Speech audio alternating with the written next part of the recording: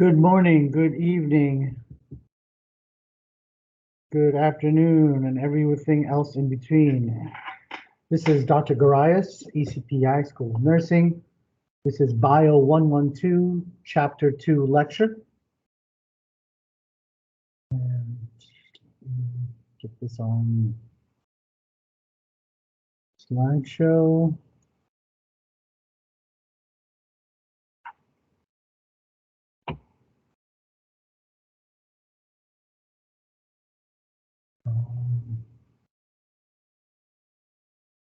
Okay, there you go. Okay. So chapter 2 is chemistry, and of course, the reason why we're studying chemistry is because of that diagram we showed you, that, atoms, molecules, macromolecules, all the way up to the organism level. So we have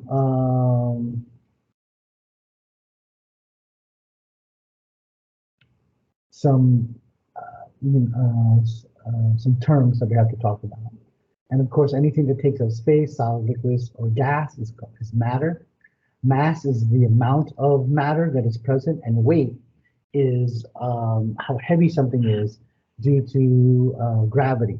So your weight on the moon and your weight on Earth are two entirely different things, but the mass will always be the same. So chemistry, it's how things bind together and how to keep together. Again, with my analogy that when I was younger, I wondered, like, why when I jump into a pool, why I don't fall apart. And that's the answer to that is simple chemistry. How what you're composed of matter, the properties of how things interact and how they glue together, so that the atoms glue together to make molecules, the molecules glue together to make macromolecules, macromolecules to cells, to tissues, to organs, to systems, and to of course, the organism. Biochemistry focuses on things that have to do with human beings, and bio meaning life. Those studies and compositions and properties and interactions of matter, but with bio, which is the prefix there for life.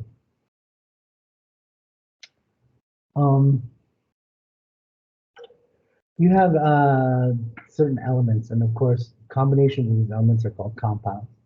Atoms, we already discussed, the smallest particles. And bulk elements, and we're going to be talking more about carbon, hydrogen, and oxygen when we talk a little bit introductory lecture regarding biochemistry. But just know that things that are trace elements and ultra trace, they're in your body in very, very small amounts. But the bulk elements, the majority of your body is made up of carbon, hydrogen, and oxygen. These other things are nitrogen, sulfur, and phosphorus. But the three main ones is carbon, hydrogen, oxygen, especially with respect to biochemistry. We showed the picture last night regarding protons, neutrons, and electrons.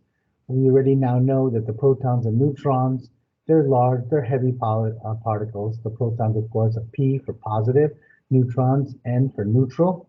So they don't have any electrical charge, and they're located in the nucleus, while the electrons, they're very small particles.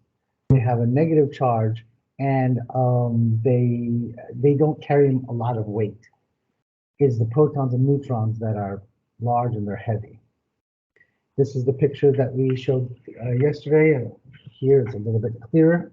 Of course, your nucleus is made up of neutrons here. These are these little zeros.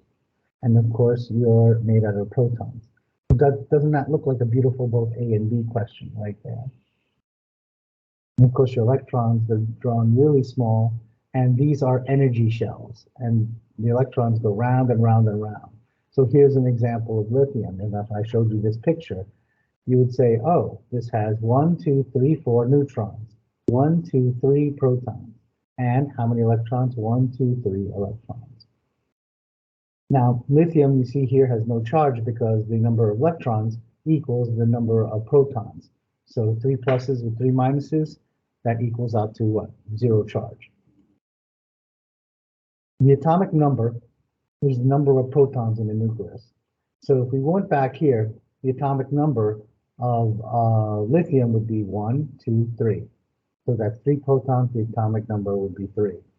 Now, when we look at the mass number, that's the number of protons plus the number of neutrons. So think everything that is in the nucleus. So the number of protons, 1, 2, 3. Number of neutrons in the nucleus, 1, 2, 3, 4. So the mass number for lithium will be 1, 2, 3, 4 plus 3, 7. Now, of course, electrons do not contribute to the mass of the electron because they're very light and they're in these energy shells. Okay, to be able, if given a picture like lithium, be able to identify the atomic number, be able to identify the atomic mass. Molecule, of course, is when 2 or more atoms come together, and a compound when 2 or more atoms of different elements then come together and combine. So here's some examples. Here's some examples of some molecular formulas. So H2, that's hydrogen, and H alone doesn't exist. It has to be together. So just like O2, this is oxygen. There's no oxygen just floating around by itself. Now this is glucose, C6H12O6. And that is, of course, a 6-carbon sugar, and it's an essential sugar, glucose. It is what everything you eat gets eventually turned into because we need water, oxygen, and this glucose, and it makes energy in the form of ATP, adenosine triphosphate, which we'll talk about maybe next week in the subsequent lectures. So know what hydrogen looks like, know what glucose looks like, and know what water. But hydrogen and water, very, very important. Glucose, nice to know. Chemical bonds. Now, remember I just stated that these electrons, they're very light and they're in these like energy levels. So they're floating around here. Now, when you have 2 atoms together, they can share these energy shells, these electron shells. Typically, the first shell holds around 2, second 8, third 8, and so on. The ones on the very, very end, those are the ones like in this outer ring. Those, like this electron, is most likely going to interact with another outer ring of another atom, and that's how bonds get formed. And we're going to talk about the type of bonds momentarily. So here's a nice example here. I could give you sodium, and I could tell you it has 11 electrons, 11 protons, 12 neutrons. Now, so the atomic number is 11 because it's the number of protons, and the atomic weight is 11 plus 12, which is everything that's in the nucleus. So 11 plus 12, the atomic weight here is for sodium is 23. And it is the electrons in the outermost shell which determine the bonding and the reactions with other atoms. That outer shell is called your valence, V-A-L-E-N-C-E, your valence electrons. Now, if we look at sodium, which is Na plus, let's see if this will let me do what I think it will. So sodium, no, it won't let me use my pen. What a jip. Okay, whatever. So if you look at this, sodium, it's written Na plus. Let me find out what's going on. Why can't I use? Oh, that's why. Let me just fix this. So if we're here, go to the pen. And we have here, this is sodium, and sodium is written in shorthand Na.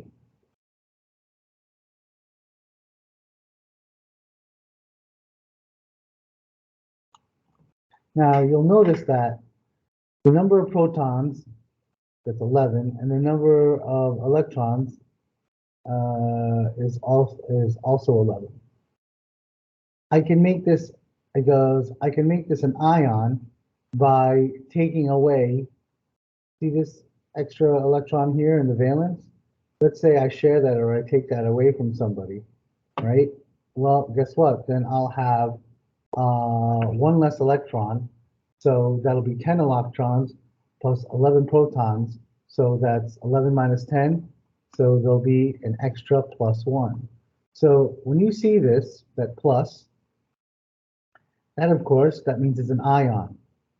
And this is an example of a cation. Let's go to the next.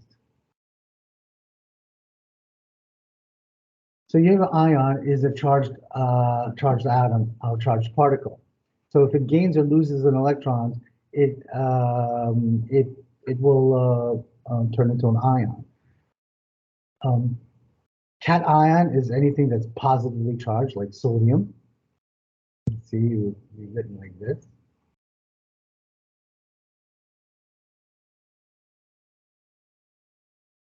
An anion, like for chloride, can be written like this, and that has one this anion chloride has one extra electron, so it'll be Cl minus. Now the plus and minus get attracted to each other and then form a bond. And we're going to be talking about the different kinds of bonds momentarily. But a cation, good example, anything with a plus. Who else has pluses? Calcium.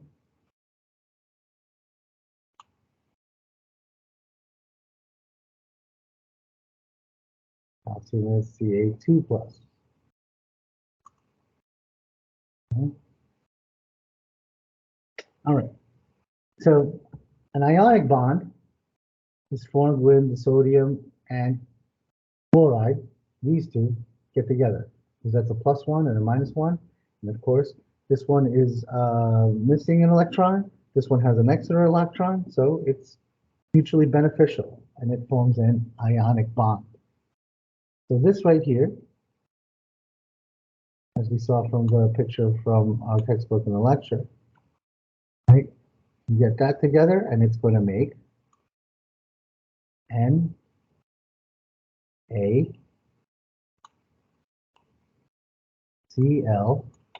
sodium chloride, typically known as table salt. And sodium chloride, Na plus Cl minus. The Na is a cation, the Cl minus is an anion. And remember, when you have two things that are opposites of the same coin, memorize one like your life depended on it, and the other one is simply what? The other one.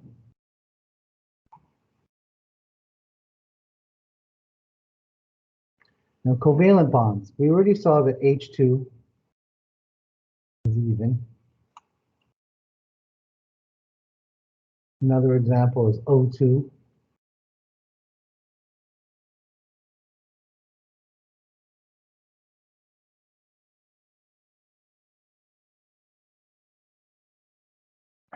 And these are examples of non-polar.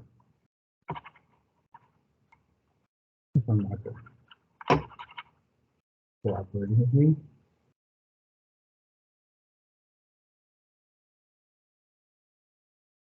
These are non-polar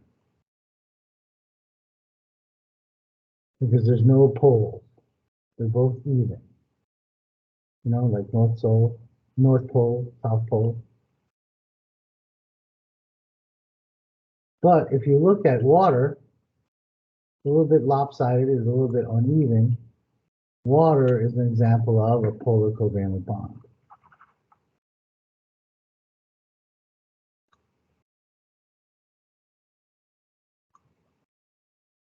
So both water, hydrogen, and oxygen, they're all covalent bonds.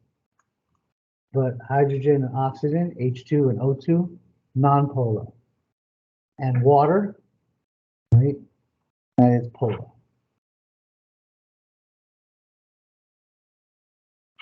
Okay. And here's it in like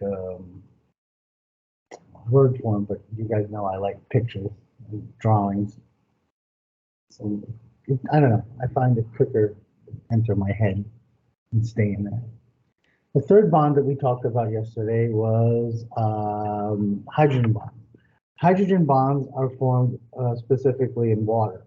Another place that hydrogen bonds get formed is another example where hydrogen bonds kind of important in DNA. Deoxyribonucleic acid, which is the blueprint of who you are, meaning it maps out all the genetics of who you are. And hydrogen bonds are relatively weak, but it makes water special. Now, what also makes water special that I didn't mention yesterday's, I briefly mentioned it verbally, but I'm now going to draw it out here. Water, since it's polar covalent, it forms partial positivity, partial negativity. So because it's like lopsided, you know, it's not sharing. So there's going to be like little energy sticking out. So you'll see like this delta, and it kind of looks like this, like a drawing like that. And the hydrogen ions are going to have a partial positive, and the oxygens are going to have a partial. This is a horrible delta, but it looks like you know, like a triangle with a delta. In chemistry, it looks like kind of like that. Some Hershey kiss. That's what it looks like to me. So you have positive, you know, H plus, and slightly positive. It's not like an ion. An ion is like super positive because it's missing an electron. In the case of sodium. This is a partial positive, partial negative, and it forms bonds this way, and that's hydrogen bonds. This is also the reason why when you put salt into water, the chlorine, let me draw another. Let's say I put salt. This is a cup of water. It has hydrogen bonds, forms a nice little net here. Well, when I put salt, sodium chloride, in a glass of water, you don't see the crystals anymore because sodium chloride will be, the ionic bond will be broken because the chlorine will be attracted, the chlorine is negative, will be attracted to the partial positive, and the sodium will be attracted to the partial negative of the oxygen molecule. So it pulls it apart. And this is one of the neat things and why we need an aqueous environment in your body. This is also in IV because we mentioned yesterday a typical IV, and it's called NSS, normal saline solution. I just drew it right here. It's water with 0.9% sodium chloride solution. That's all that NSS is. Because our body is made out of water and some salts. So naturally, our body, it has NSS in it, or normal saline. Chemical reactions, we've mentioned bonds, the valence electrons interacting with each other. Now, you have something, reactants and products. Reactants are the things you start off with. Products are the things you end with. So this is where we left off last night to the types of chemical reactions. So a synthesis reaction, you have two products, you have A and B. I mean, you have two reactants. Here's my, let's see. So the A plus B, these are reactants. And then it makes the product, which is AB. Let's say the products are in red and the reactants are blue. It's up. I can't see my mouth. There it is. So the reactants are blue and the products are red. So everything to the right of this arrow is a product. Everything to the left of this arrow is reactants. So if you have two reactants, A plus B, and then they combine, form AB, that's a synthesis reaction. You're synthesizing something. You're making it what? The same. Now, decomposition is the exact opposite. D or the prefix DE means no or not. So what's the exact opposite of composition? It's decomposition, or breaking things down. And that's this reaction right here, AB yield A plus B. And you typically, when you see an arrow in chemistry, it says yields, because you're yielding some sort of product.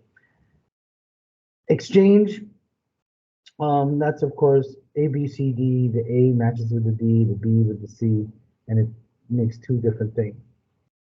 When you see an arrow like this that has two sides, another example, you might see an arrow that looks like this, or an arrow that looks like this in chemistry. That means what? It's a reversible reaction. That means I could have a synthesis reaction going one way and then a decomposition reaction going another way. So know these are your 4 types of chemical reactions. Electrolytes, we already talked about one, which is sodium chloride. Electrolytes are substances that can be separated into ions in an aqueous solution or water, right? And that's why they call it electrolyte. Or electrolytes are called salts. So sodium chloride, I put it in water in an aqueous solution, right? It'll yield sodium plus and chloride minus. The sodium plus, of course, is a cation. Cl minus is an anion. Now, acids and bases. Acids are things that have a lot of hydrogen ion. Bases are things that have a lot of hydroxide ion.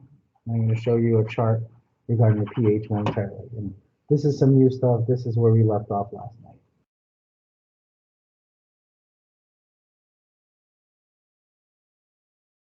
Okay. So let's look at the next. So you're looking at the pH scale. The pH scale is a scale from 0 to 14. 7 is neutral. Well, 7.4 is neutral, is specific to human beings. Okay. Which is human blood. It's also called physiologic pH. But typically anything in the 7 region around here is considered neutral. Anything that is acidic, and the lower number you go, it's more acidic. So you see cabbage juice, tomato juice, and of course your gastric acid is like anywhere from 1 to 2. So this, cow's milk, slightly acidic, not too bad. But gastric acid, very acidic. And you see here, H plus concentration increases. That means everything to the left of this 7 is acidic, has lots of acid there. Now, and that also has lots of hydrogen ion. Now, on the other side of the spectrum, basic, also known as alkaline, you have a lot of hydroxide ion. And of course, in the middle, distilled water. If I add H plus with OH minus, what do I get? H2O. Pretty neat, because we now know that 2/3 of my body and I require aqueous solutions. Makes sense. Okay. And that is your pH scale. And actually pH stands for the negative log of the concentration of the hydrogen ion. But for us, just means what? Less than 7, it's H plus acidic. Greater than 7, it's OH minus, and it's basic, also known as alkaline. That's the worst I could do here. And of course, if you have acidemia, that means what? You are having acidosis. You have osis, abnormal condition of acid. Emia, blood condition of acid. Because physiologic pH is around 7.4, but specifically it's 7.35 to 7.45. That is the normal range for human beings.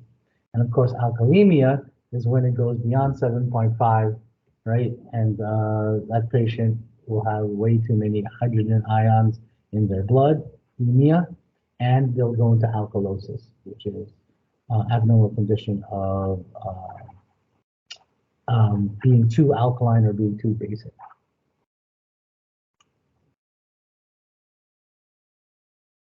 Now, I mentioned this briefly a couple of slides ago, like organic versus inorganic. Organic, think human beings, which is carbon, hydrogens, and oxygens.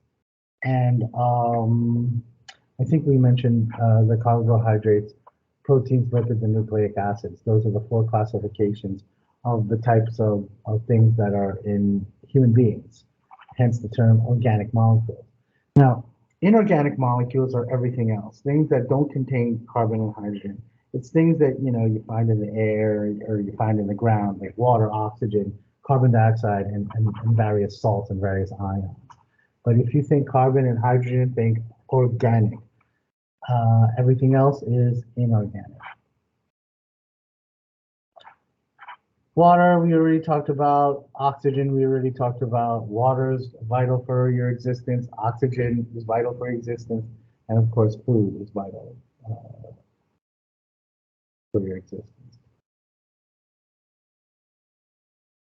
Carbon dioxide, we mentioned, that is what? That's a waste product. It has to be, you get rid of it through exhaling. We also utilize carbon dioxide to get rid of extra hydrogen ions. And we'll talk more about that in respiratory and in future lectures. Inorganic salts, that's what? Things that you find in the ground. But you could see those particular ions are really important in the human body. Sodium and calcium tend to turn things off. Potassium, which is K+, turn to, backwards. Sodium +1 and calcium +2. Those things tend to turn on cells, and and potassium tends to turn things off. And I mentioned potassium iodide as previously. I don't think we use it anymore, but I recall that used to be the thing that we used for lethal injection. Okay.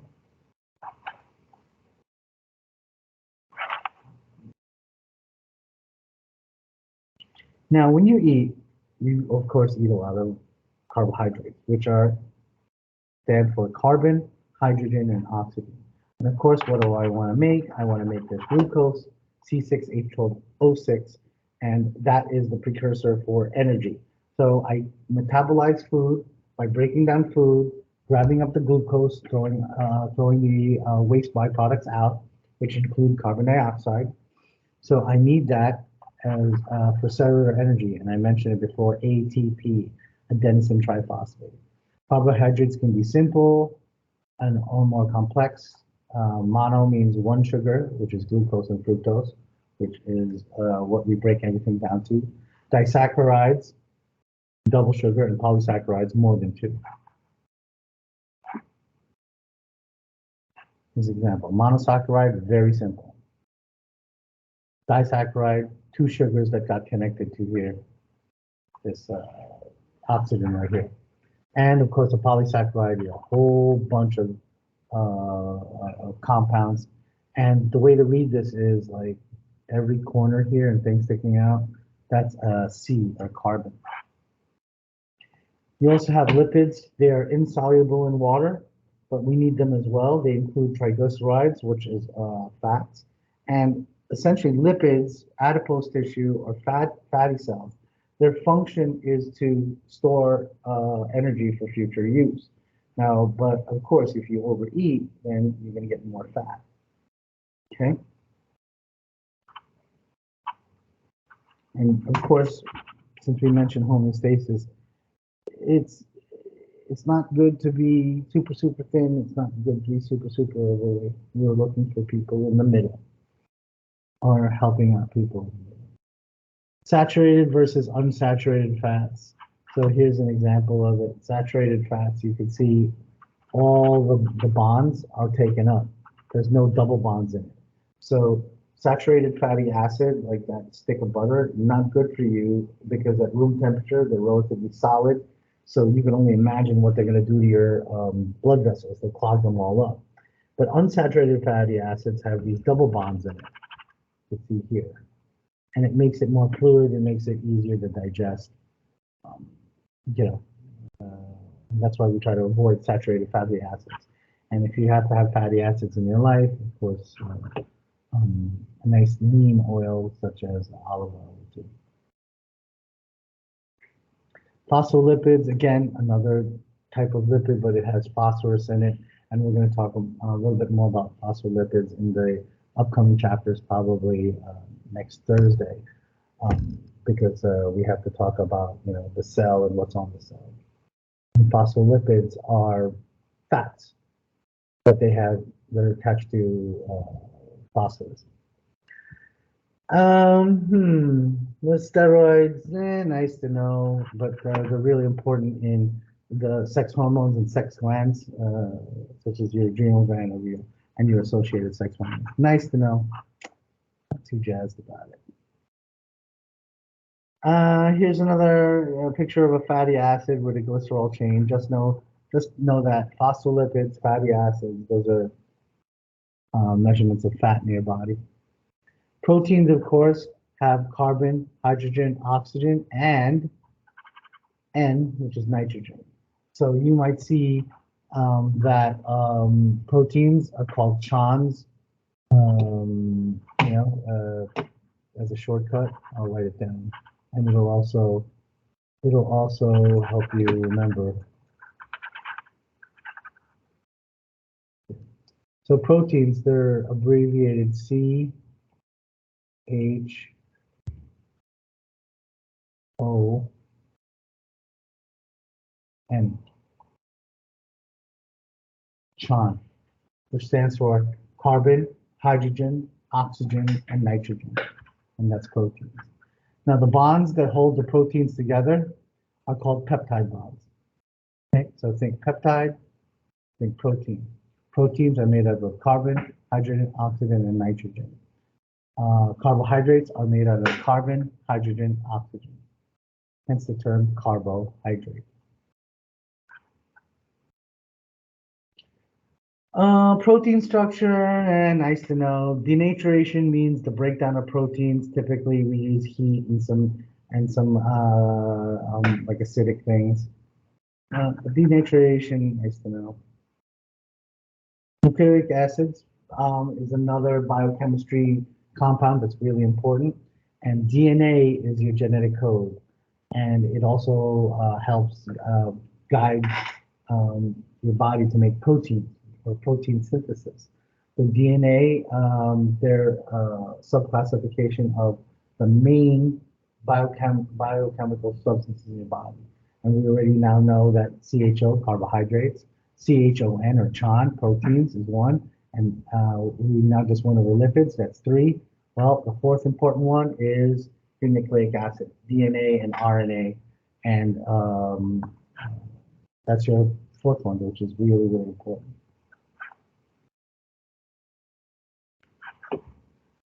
If you look at RNA versus DNA, we'll talk more about the similarities and differences later. But I want you to look at this dotted line.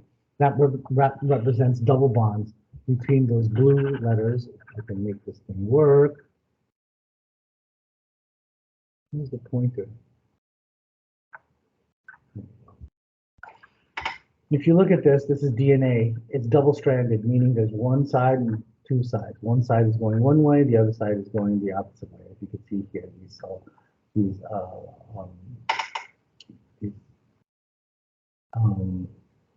not sulfur, sugar. So it's a sugar background with a phosphorus here, right? And then these things are called base pairs. You'll learn more about them in the subsequent chapters, but just for completion, A is adenine, T thymine, C cytosine, G guanine. So wherever you have an A and a T, double bonds will form, and whenever you have a G or a C, double bonds will form, and then it forms the double helix of DNA. Now, of course, DNA is the genetic code of everything who you are. Well, but what is RNA? Well, RNA is going to interact with these things called ribosomes, and they're going to make proteins. So the DNA is, think of the DNA as like, the architect who knows all the blueprints or all the plans, which is the genetic code. The DNA then translates it to RNA, and the RNA, think of them like a crew chief in a construction company, right? Or a foreman, and then they're going to tell the worker bee, which is ribose or ribosome, right? And make some proteins. So RNA thing, protein synthesis. It's like the go-between between the ribosome or the protein synthesis and the DNA. DNA is the genetic code, the structure of who you are from beginning to end. And it looks like I have nothing else. That ends today's lecture.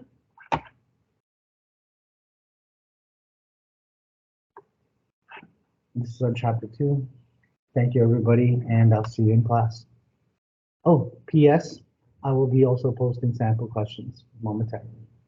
Have a good one, everyone.